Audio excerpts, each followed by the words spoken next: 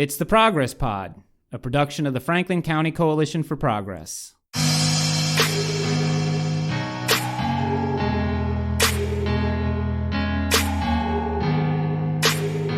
I'm Pete Mazzoni. America is the richest nation in the world, yet more than 15% of our population lives in poverty, according to the U.S. Census Bureau. For many of us, poverty can seem like a hidden thing, but here in Franklin County, the epidemic is real and it's everywhere.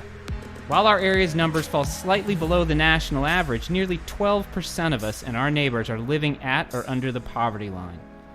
The effects of poverty reach far and wide in society, including into generations to come. Poverty can be particularly devastating to children. National Institutes of Health studies tell us that children who live below the poverty line for multiple years appear, all other things being equal, to suffer the worst outcomes. The timing of poverty also seems to be important for certain child outcomes. Children who experience poverty during their preschool and early school years have lower rates of school completion than children and adolescents who experience poverty only in later years. Here in central Pennsylvania, there's a source of hope for those who find themselves trapped in this vicious cycle. It comes in the form of SCCAP, the South Central Community Action Programs, an organization working to empower those willing to work hard and make real changes in their lives. With us today, we have Megan Shreve, the CEO of SCCAP, and Jon Raber, Program Coordinator for Circles. Thanks for being with us. Thanks for having us. Yeah, it's good to be here. No problem. Let's start with you, Megan, and let's talk about SCCAP and its mission. Yeah, SCCAP's mission is to empower families and engage the community to pursue innovative and effective solutions to break the cycle of poverty. And really what we're designed for, we administer a lot of programs, some pretty traditional anti-poverty programs like homeless shelters and food pantries and weatherization and WIC. But we also feel like it's not just the responsibility of people who are struggling in poverty to figure out how to move out of poverty. It's about engaging the community and creating a more effective path out of poverty, and then so changing systems where they're broken, as well as coming up with effective community solutions that make it easier for families to move out of poverty. Okay. And Jon, talk about your program, Circles, and what you do. Yeah, so Circles is facilitated by SCCAP. It's a collaborative effort. A lot of different organizations got behind this to make it happen. But our focus is addressing this reality that we all face. So a lot of times we get so busy with life, especially when we're in crisis mode. We're just busy putting out fires. And sometimes we get that feeling where we need to get our head up and breathe for a second, right? So Circles is all about that, creating that time and space in life for community members to think further out. Like, where do I really want to be headed? How am I going to get there? Who's going to be my support along the way? All these great questions for any of us who want to be intentional with our life to be asking periodically. We're trying to create that specifically for families who are struggling to make ends meet, and then plug people into supportive relationships. A circle of allies is what we call it. But, allies are people who want to encourage and support people along that way, and at the same time being willing to learn and understand poverty in a new way, to gain deeper insights on how is it really impacting our community, why are people really stuck in poverty, and what can we do about it? How can we change our community to be the kind of place where there's a realistic pathway out of poverty. So you bring up an interesting point that I think definitely needs to be addressed, and that is the cycle of poverty. Let's get into that. If we could start talking about what are the cycles of poverty? How are they created, and how do you break them? Sure. I think that first, the biggest thing is to understand really what poverty is in our community. The government would say that for a family of three, it's about $20,000. So if you make underneath that, you're living in poverty, and if you make above that, you are not living in poverty. You are stable. But that's just not the truth. And so when you sit down with a group of folks, it doesn't matter who you're meeting with, it could be people from the Rotary or others, and you ask them what the costs are, you come up with a number that's about $52,000 to $54,000 for a family of three. So if you sit down and figure out what it costs to meet basic living expenses, and that's not including student loans, it's not including credit cards, no birthdays, no Christmas, just basics. It's about $54,000. Is that a national average? No, that's so we've worked. Those are local numbers. Yeah, we've worked for local costs here. Exactly. What does it cost for housing here? What does it cost for housing plus utilities? Transportation. Yeah. health care, child care, food. So people at the $20,000 level are in no way making it. Yeah, they're not. And what makes it tough is when you're at 20,000, you're getting some supportive services. So you're getting food stamps. You might be getting a housing assistance voucher. You're getting some utility assistance. But as you begin to work your way out of poverty, those things fall away. And you lose those benefits before you actually can supplement them with your earned income. And so that's what makes this such a difficult problem. So while there's, and the numbers fluctuate from year to year between 9 and 13, 14% of the folks are living in poverty. We know that at least 25% of families in Franklin County are unable to be self-sufficient. And if we look at our free and reduced lunch counts, which are closer to that number, still a little bit under it, it's like 40% of the kids in school are coming from families who can't meet basic living expenses. That is a staggering number. Startling. It is really staggering to me that, that many children, they can't meet this basic living expense. Yeah, it is. And this is a part of the framework that has to shift. We oftentimes think about poverty as like, how are we going to help those people, those poor folk? And then we have to really move away from that. 1 in every 4 of our families in Franklin County is struggling to make ends meet. This is not a those people problem. This is an us. This is a we problem. Right. Poverty is a community issue. It's something that we all have to be thinking about if we really want to see a healthy, vibrant community.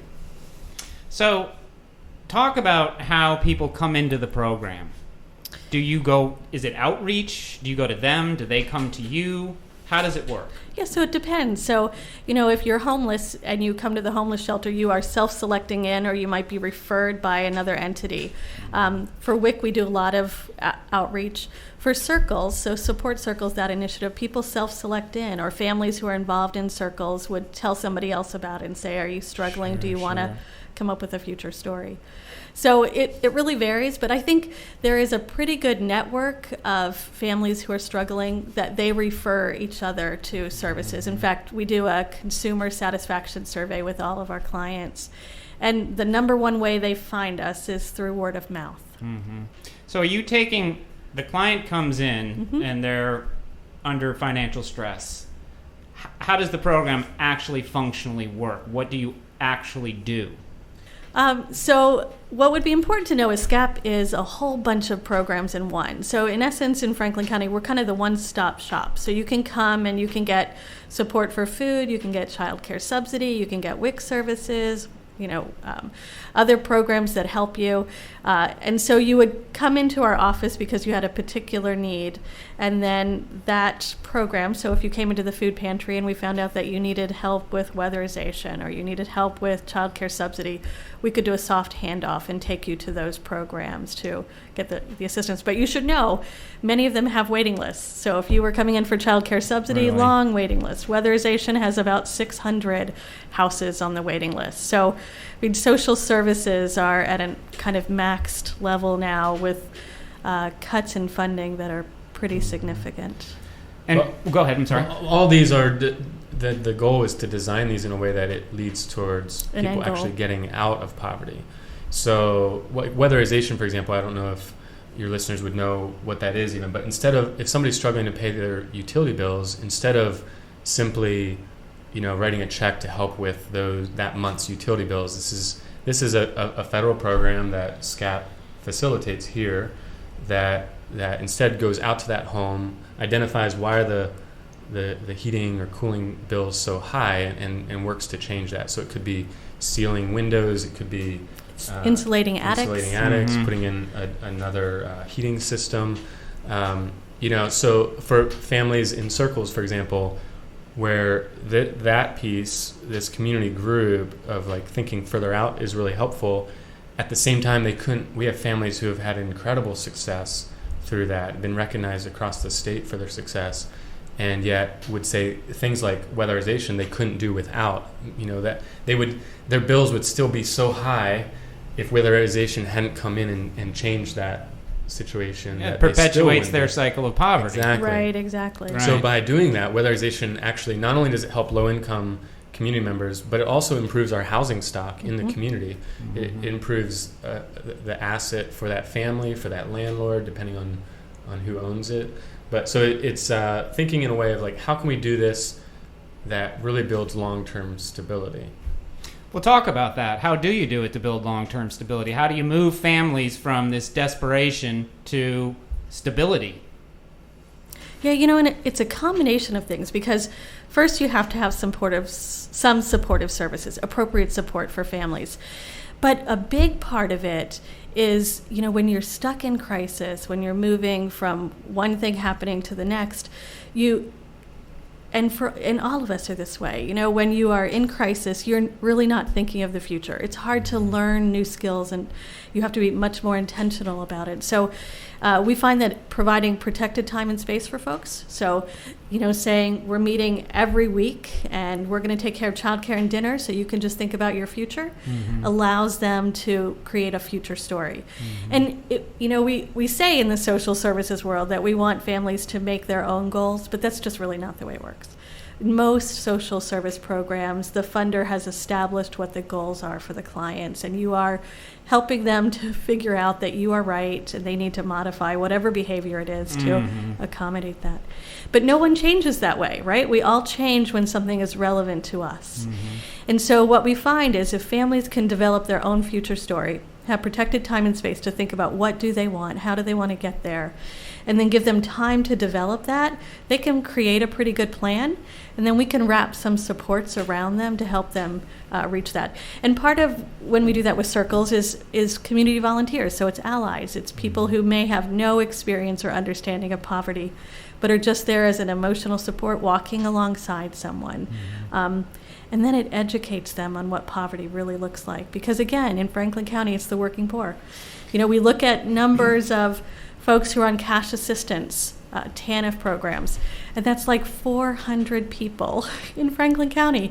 It's you figure we have 151,000 people, and of that, 400 of them are on TANF cash assistance. And what does TANF stand for? It's temporary assistance to needy families, but it's what we think of as cash welfare. So it's the cash payment. They can spend it any way they choose? They could, yeah. So that $405 that they get per month, that minuscule amount they could spend in almost any way that they want. Those are pretty desperate circumstances. Frequently, it's a grandparent who has custody of grandchildren. That's probably the most common case that we see for TANF. Definitely have to have children, so it could be single mom or single dad. But it's a small, it's less than 1% of our population, and that's what we tend to worry about. In Franklin County, it's the working poor and seniors on a fixed income. When we talked about that it takes $54,000 for a family of 3 to meet basic living expenses, that's 3.6 minimum wage jobs. So even if I have a 2-parent family, everybody's working more than one job, and that's what we see. What can be done to resolve this childcare issue? Because I would think that would be one of the biggest hindrances to full-time employment for 2 parents. There's nowhere for the kid to go, in the evening or during the day. Right, because it will cost you $1,200 exactly. to pay for childcare. They're running in place, in effect. Yeah, it's a crisis. There certainly are some things that are going on across the state of Pennsylvania and Franklin County. Pre-K Counts is a program that takes preschool children, and they have some free childcare, so that's helpful. The Early Learning Resource Center, SCCAP, administers that program, formerly known as Child Care Information Services. Subsidizes child care costs for working families, but again, there's a waiting list. So that's a pretty expensive program when you think about the cost of child care.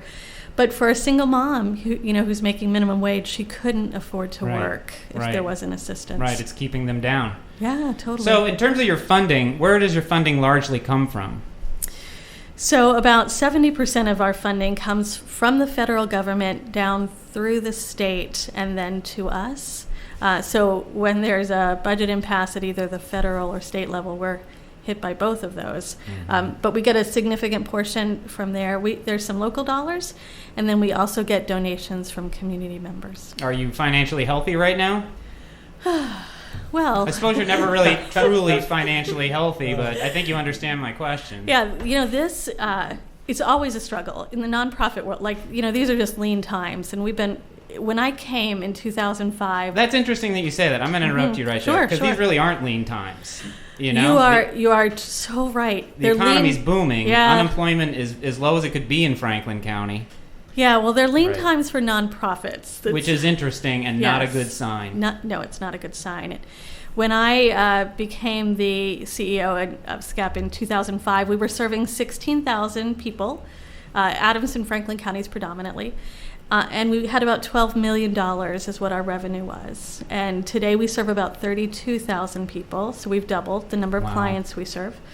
And this year we had a significant cut. I'll tell you about that in a second, but on $8 million. So we're serving twice the number of clients with a significant amount less in funding. We had 166 staff at our high. We have 106 now. So they are very lean times. This year, the state decided to regionalize the CCIS, the Child Care Information Services Program. And we served Adams, Franklin, and Fulton counties, but they regionalized it, put Adams with York and Lancaster. They put Franklin in with 6 other counties in the west. And we were not able to bid on that contract because of the size. That our line of credit simply wouldn't have been large enough. That took $4 million out of my budget, $400,000 in cash flow every month. Like, it's those kind of things that you... And not only does that hurt the organization financially, but that hurts families. Right. Totally. Now, if you are in Adams County and you need childcare, you get on a waiting list. You're in the same waiting list. Correct me if I'm wrong. Yeah. You're on the same waiting list as somebody in Lancaster City, right? So, and same thing, if you're in Franklin County, you're on the same waiting list as 7 counties all this western part of South Central PA. It creates a problem for families to have access to childcare. Yeah, totally. It also ensures the cycle of poverty will stay in place. Right. You got more clients, less money. We know which direction this is going. Right. So what are you doing to supplement funding? How are you working around this? Yeah, well, we're having a fundraising banquet in September, which is really exciting. And what's the date and time and place? Yep, September 18th in Chambersburg at King Street Church. Okay. And you can get tickets or donate on our website, which is www.SCCAP.org. Okay. Certainly increasing our fundraising, and we are also, any place that we can cut, we are. We've always been pretty administratively thin, but we are thinner. So it's a tough thing. Yeah. And a lot of the things like the SCCAP banquet help supplement funding for a lot of these programs that don't have any kind of dedicated funding source. So, something like WIC, I mean, if the federal government were to decide to no longer do that, there's no way this local community could do what WIC does. Could you describe what WIC does for the listeners? Well, WIC is focused on getting nutritious food to young kids. Okay. So education, pregnant moms. Starting with pregnant moms, then working. So their focus is on access to food, healthy food, and education. And so this community locally, we could never do that without that kind of federal support. If they were to, if Washington were to change something, we don't have much control over that. But a lot of these other programs like homeless shelters, support circles, the Gleaning Project, there's a number of these food pantries that there is no, dedicated funding stream. That's right. That we as a local community are going to either make it happen or we're not. So there's an opportunity to be a part of making those types of things happen. And oftentimes those are the pieces that fill in the gaps for families on their way out of poverty. Tell us more about the Gleaning Project. This is interesting. Yeah, Gleaning is a really exciting initiative here. It stemmed out of the Circles efforts. So one of the big pieces of what we're trying to do with Circles is to do what we're doing well on a smaller scale as far as the amount of families involved. It's not like a lot of families are involved in the group. But then we want to take what we're learning and use that. That's that piece of really saying, okay, how can we all come to the table, regardless of our economic background? We want people there who have lived it, who know what it's like to be in poverty and to struggle to make ends meet. We also want people at the table who have a lot of wealth and resources. So Power. Yeah, power is a part of that, right? So how can we come together and develop solutions that actually create that realistic pathway? So gleaning was one of those things. As families were sharing. What specifically is the gleaning? Yeah, gleaning is it's a biblical concept. It's an old term, but it's this concept of going out in the fields and rescuing or saving produce that otherwise would go to waste, right? So going out and gleaning in the fields in our area. If you think about Franklin County, this is a huge resource for us. Nobody in outer space would ever look at planet Earth and pick Franklin County as a place where hunger would exist, and yet it does. We have people who are very hungry. We have people who don't eat so their kids can eat. We have kids who the only meals they get are at schools. So is this restaurants, grocery stores, farms? Primarily farms. Okay. There are, even home gardeners will get involved with gleaning. But then there's volunteers. This past year they had over 1,000 volunteers going out to glean, rescued 300,000 pounds of produce. Food. Wow. And farmers would say, we haven't even touched the tip of the iceberg as far as the amount of food that is out there. Franklin County is the second highest producing county in the state of fresh fruits and vegetables. Really? This is a huge resource for us. And so we want to leverage that and use that so that people have access to it. And what we eat obviously has a lot of impact on our ability to function in life, right? So before gleaning, and just traditionally in food pantries, it's oftentimes food that is meant for good shelf life, which is not oftentimes good for our bodies, right? So high in carbs, very processed. It contributes to these things that are very, health issues. They play a lot into that cycle of poverty piece that we were talking about. High blood pressure, obesity, diabetes, all these things that contribute to ending up being stuck in poverty. And how important is stressing nutrition to your clients? Because as you're discussing, it is the harbinger of a lot of either good things or bad things. Well, I think it's not, so stressing nutrition is important, but it's access to nutritious foods. That's really the critical part. We kind of make the assumption that, if people don't have money, they don't know how to make fresh fruits and vegetables. And we've had that, a lot of people will say that to us. But we do an eater survey, so folks who are getting free produce to find out what's important to them, and it's clearly access. A lot of our folks will teach other people how to can or how to preserve. They're very skilled. Our families frequently know how to budget far better than we in the middle class do because they have to. So I think it's important to get access to fresh fruits and vegetables, to food that's nutritious, because otherwise what we tend to give folks who don't have anything is, again, processed food and things that are high in carbohydrates. And I think something that's really important to know about gleaning, first, we said 300,000 pounds of produce, which is just mind-blowing. It's staggering. Yeah, it is. It's amazing.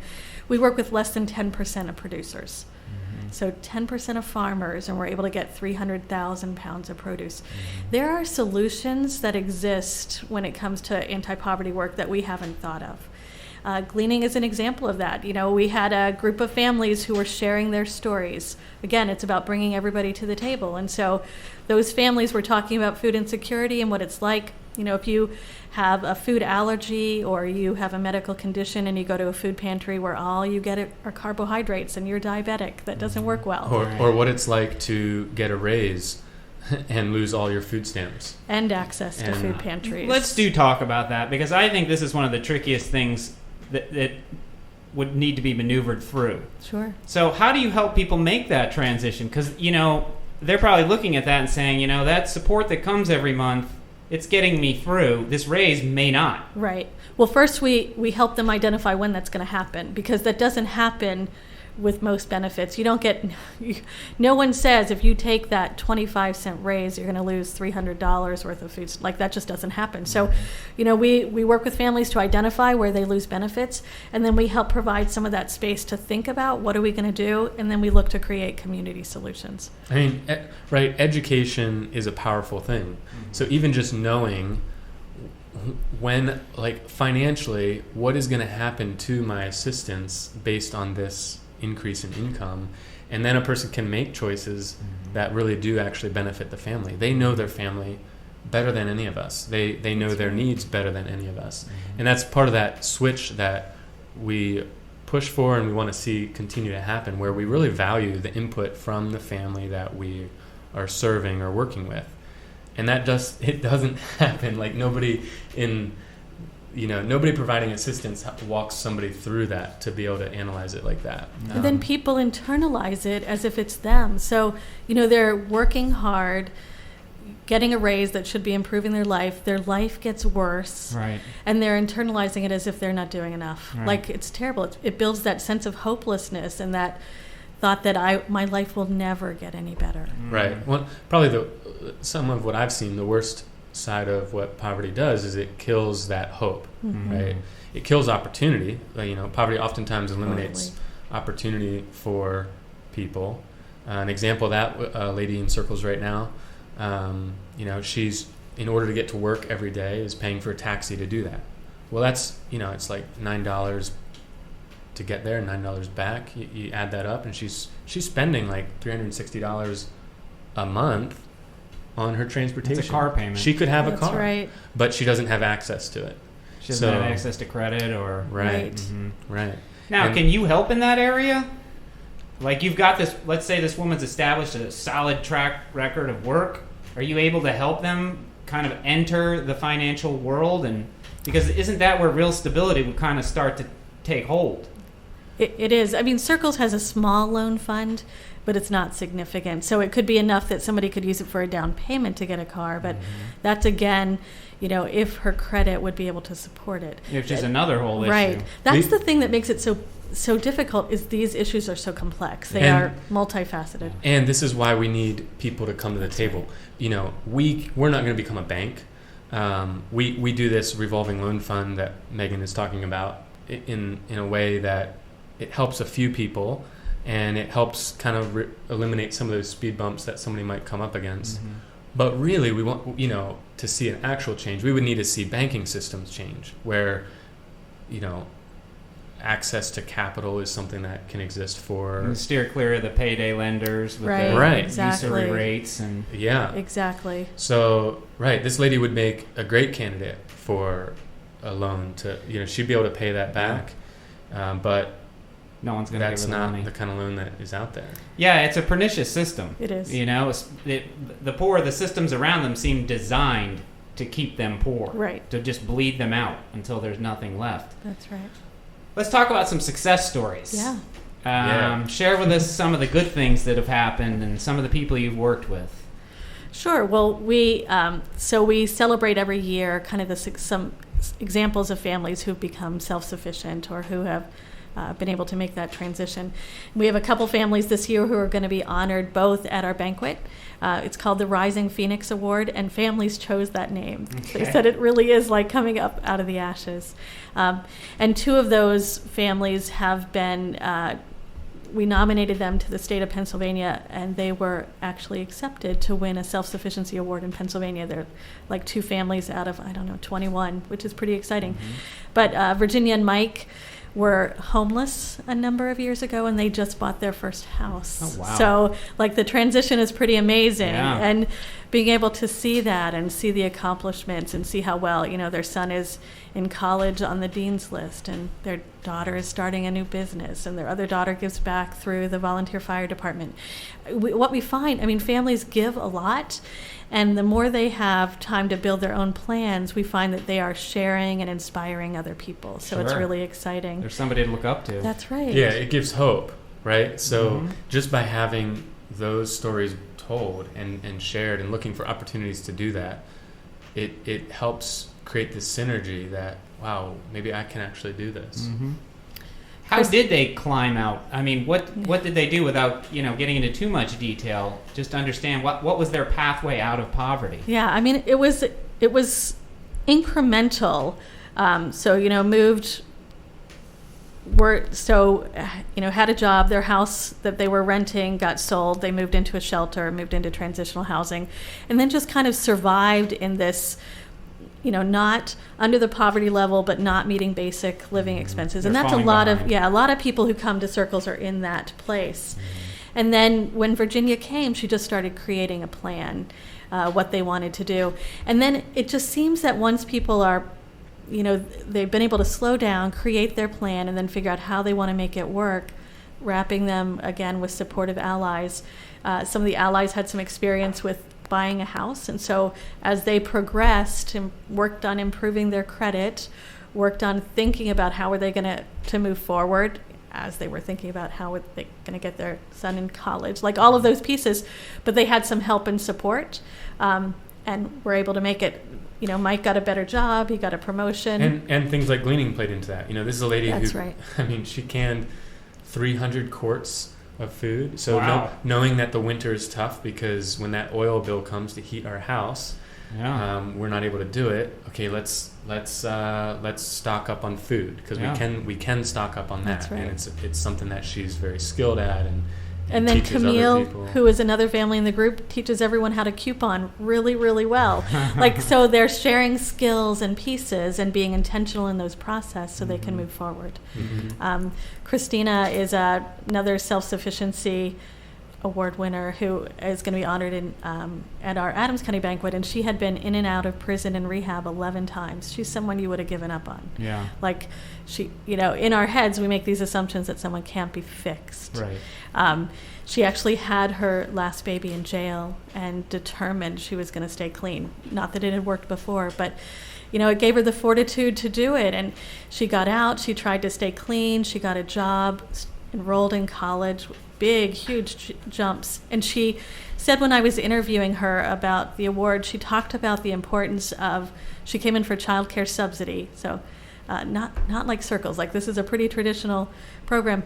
But she said the staff person, Marcy, who worked with her, she said it was like she saw the woman and mother I was trying to become. Oh, fantastic. And supported it. And that's it. I think, we sometimes can reflect back to people that they are only what they came in for services for, and see just the deficits. And I think that we're very deficiency oriented Totally. model, right? We in order for you to get any kind of help, you have to prove to us how deficient you are. That's right? And then we just reflect that back to people, never taking the time to look at what is this person's strengths and gifts and abilities, and how can we call that out.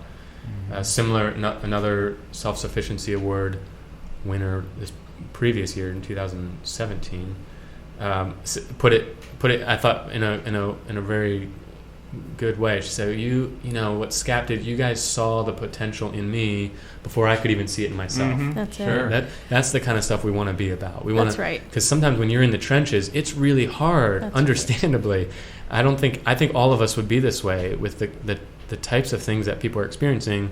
It is so hard to see the potential when you've been beat down so often. And it's something any of us can fix. Like, you can reflect back to people. You can see their greatness and reflect it back.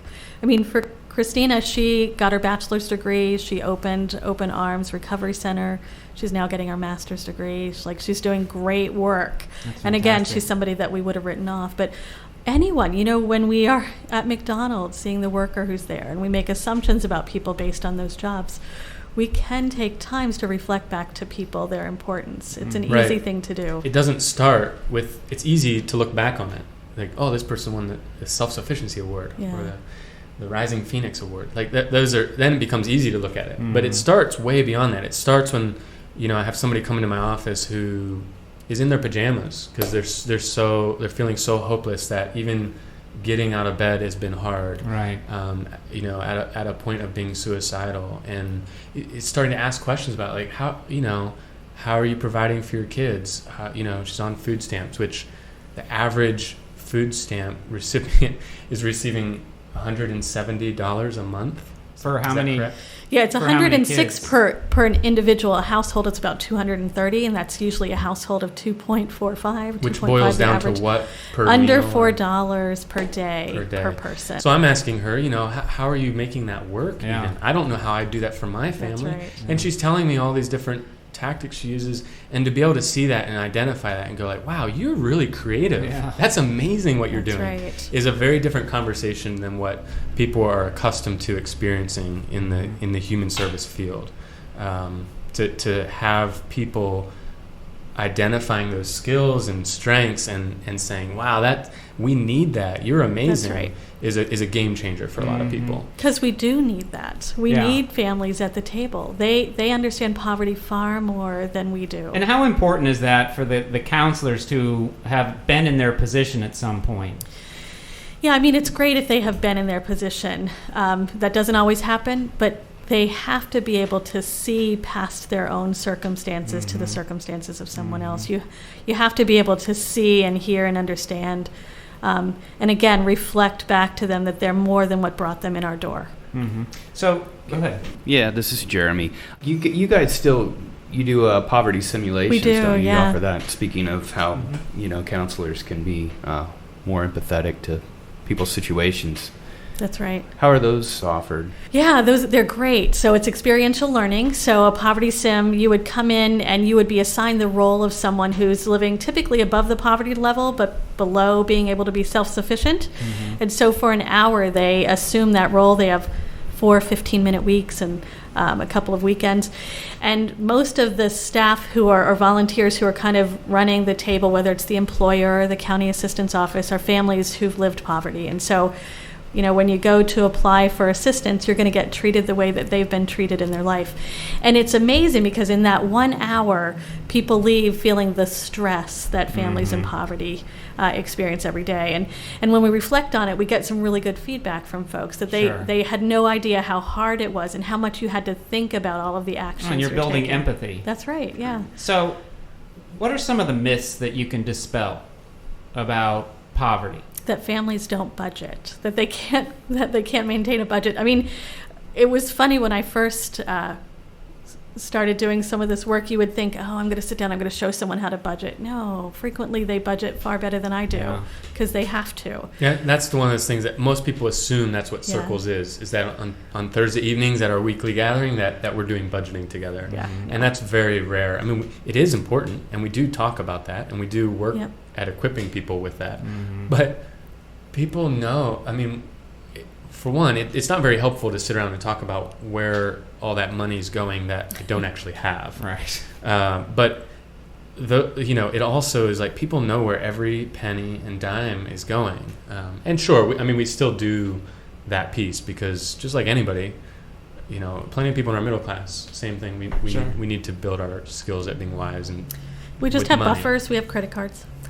Yeah, I think another myth is that folks aren't working. They're working. I think that's one of the biggest ones, that they're lazy Right. and they don't want to get up and work when that's not the case. Yeah, no, that's not the case. The credit card comment is related to that as well. People assume that people have poor credit because they're out spending all this money on credit cards. That's more of a middle class problem. We generally, people have poor credit because of health, because of medical bills. Yep.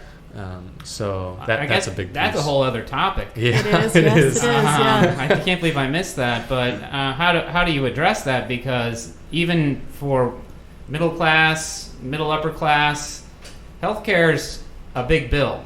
Right. And if something goes wrong, it can become a catastrophic bill. Right. How do you help them with these issues? Say someone comes to you and they have conditions, diabetes, what have you. How are you able to assist them to get them healthy so they can begin that path?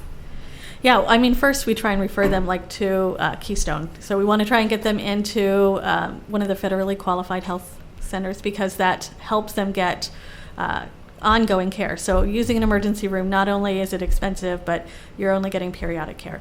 And then things like gleaning. So if we can get you hooked up with fresh fruits and vegetables, get you access to those things, that certainly helps. Slowing someone down enough to think about their future story, because then, the issue with something like diabetes is it's a future, like the implications of uncontrolled diabetes is future, right? Yeah, it's not right now. Right, exactly, which so many things are. And if I am only focused on now, then that doesn't even matter until it's a crisis. So when we slow folks down, when we provide that protected time and space, and that's what I mean when I say slow them down, just give them some time and space to think about their future, we find that health suddenly matters.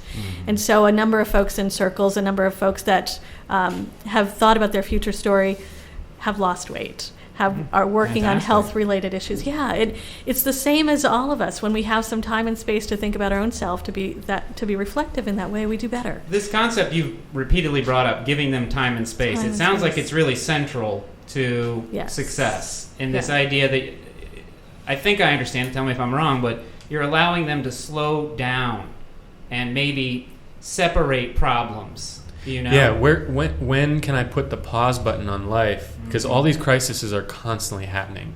And it's not to ignore those. We still want to help brainstorm and process and refer for the immediate needs as well. But, when can I find that time in life to just breathe for a second and let the crisis of today fade away a little bit so I can think a year down the road, 6 months down the road. How can I have that in my life when everything is just flying at me? When I'm just trying to figure out how to get my kids food this weekend. Right. When I'm just trying to figure out where I'm going to find that apartment because I'm going to be evicted soon, or I'm in the homeless shelter and I only have a few days left till I have to be leaving, or all kinds of scenarios, right? But it's oftentimes it's coming at people very fast with limited resources to even deal with that. I think all of us, we would be very overwhelmed if we were put into even without those stressors, we become overwhelmed. That's exactly right. And for all of us, it's that time to be reflective. Bobby is a amazing gentleman who we worked with, but he'd been in and out of prison for about 19 years. And we do an experience where you're just brainstorming. So, you're just have a bunch of circles on a paper and you're thinking of different options for what you want to do. And he won a self-sufficiency award last year. And he was talking about it. He said, when I learned that we could brainstorm, that there were other options.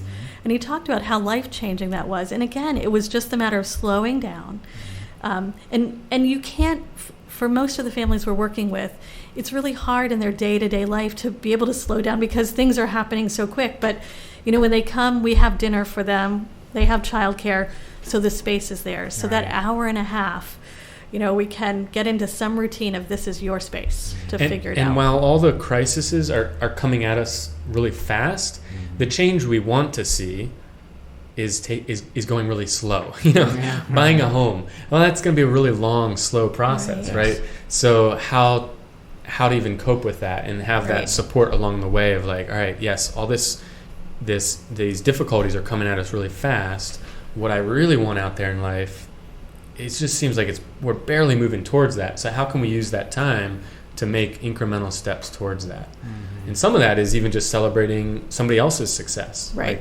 Wow, this person, found an apartment and got out of the shelter. Maybe I could too. Now, you guys offer recovery services. I'm assuming that is related to drug and alcohol addiction? It is, and we actually partner. So Franklin County Government and Pennsylvania Counseling, actually, we're in partnership with them, and they provide a certified recovery specialist who's in our office. And that's somebody with lived experience who can help someone in the early stages of recovery. And what makes it nice to have them with us at SCCAP is that, when a client comes in, maybe they're in our Work Ready program, or maybe they're at the homeless shelter and they're dealing with addiction. And we can bring Darren over and he can talk to them and help them figure out, what do I need to do? Do I need to, am I just someone who needs to be going to meetings? Do I need to be going to rehab? What needs to happen? And because he has lived experience, he's really good and relates really well to families. It's important in the recovery world for them to have that lived experience. Is what proportion would you say, or I guess a different question is, are you seeing the effects of the opioid crisis? Yeah, we definitely are. It's certainly an impact, although I would say that it's an impact across the board. So I think that's another myth that exists Dispel is that everybody in poverty, is dealing with addiction, and that's certainly not the case. Again, in Franklin County, it's the working poor, so it's families who are low-wage earners and seniors on a fixed income. But we are certainly feeling the effects of the opioid crisis. Interesting. Okay. Any other issues you want to address, or anything else you want us to discuss? I would like to have you repeat the event you're having, so Sure. everyone Thank has that. Thank you. Yep. So we're having a fundraising banquet. It's September 18th, 6 o'clock at King Street Church. You do need to reserve tickets. Okay. You could do that on our website at www.SCCAP.org. And, if you happen to be listening to this and the banquet's already over, you can always go to our website and make a donation. All donations stay local. They help local families. It's an investment in building thriving families and a vibrant community. And the other thing I'd say is, maybe you don't want to give to SCCAP. That's okay. Give somewhere. Volunteer somewhere. I mean, the difference that it can make is monumental. You mentioned bringing people to the table. Yes. Wealthy people, maybe middle-class Yes. people. How would someone get involved in that? They would call us. Just call us. Call us. Yeah, there's such a wide range of opportunity to be involved at SCCAP in lots of different roles, lots of different skill sets and experiences that people have that are so applicable. When we look at the bigger picture, how do we change the community so there's a more realistic pathway out of poverty? A lot of that has to do with people who are experts in their own field getting close enough to the issue to realize and understand how it has some bearing on poverty, right? So we don't even know what the next gleaning solution project could be. As people in the ag world got close enough to the issues and were hearing family stories, they're the ones who became inspired to figure out how to do gleaning. That's right. And I think that oftentimes is the case. Whatever the sphere of society or sector in our community it might be, that's why we need to have lots of people at the table to figure out. There's a lot of different pieces, a lot of different reasons why somebody would be caught or stuck in poverty. It's going to be different for different people, but there are these consistent things. Sure. And so when we have people at the table, it can actually address that. So lots of different ways people can get involved. That's one of the nice things about an organization like SCCAP is that not only does it serve a family better in a more holistic way, it also creates a lot of synergy behind people who aren't living it, also getting involved and also engaging in the issues that bringing their they care about. expertise. Yeah. That's right. Exactly. So we'd sit down and meet with people and talk about why they'd want to get involved, what their interests are, and try to find a role that really meets their needs just as much as it meets our client needs. Sure. I bet you guys could use some help distributing 300,000 pounds of produce. That's exactly. We call them food movers, and we definitely, because we work with 42 partner agencies or entities, because it's all about when you have fresh produce, you need to get it out quickly. So whether it's harvesting or distributing, or we work with 2,000 volunteers across the organization. There's something for anyone. Sure. I got to ask this question. Sure. Your empathy levels going into this situation, 5 days a week. I mean, there's an impact on it, or are you able to maintain that high level of empathy, hearing these stories over and over? Yeah, we both are really purposeful in walking alongside families, and I think that makes a difference. Sure. So when you, and there are boundaries you don't cross. I'm certainly not saying you don't cross this, but when you take off the professional hat and just walk alongside a family who's trying to work their way out of poverty, it changes everything. And I think that piece, at least for me, that keeps me focused on what's important, and that's always about the families we serve. And just as a point of interest, we've worked so much on making sure the culture supports that. In our consumer satisfaction surveys, 99.56%, so almost 100% of the clients we serve say we treat them with respect, even if we can't help them. And this is the third year that we've been able to maintain that level. That's great. Do you have long-term tracking to see how families are doing over time? Or? We do, yeah. So across all of our programs, we have outcome measurements that we track. So yeah. And how's it looking? I mean, how's the program working? So the outcomes are different for every program. Sure. So Circles meets holistic goals. So if you were looking for individuals who are moving completely out of poverty, Circles would be that program. Mm-hmm. And we see significant numbers. We see about a 33% increase in earned income the first year someone's in Wow. Circles, which again is really great, but it could put them in a more difficult circumstance. Right. But the measurements vary. So, 70% of the moms that we serve in our WIC program breastfeed their kids. That's a great statistic and gives yeah. babies a new start. So the programs are pretty varied, but we see great success across them, and we really try to not only meet what the funders' goals are, but to exceed them and figure out how do we get the best outcome for that family we can get. Yeah, there's a lot to be excited about. There's a lot to celebrate. There's a lot of really amazing Great things stuff. that people are doing in spite of it being a very lean time as well. So, Yeah. Which is part of why we do things like the banquet, to get out there and really help the community understand Sure.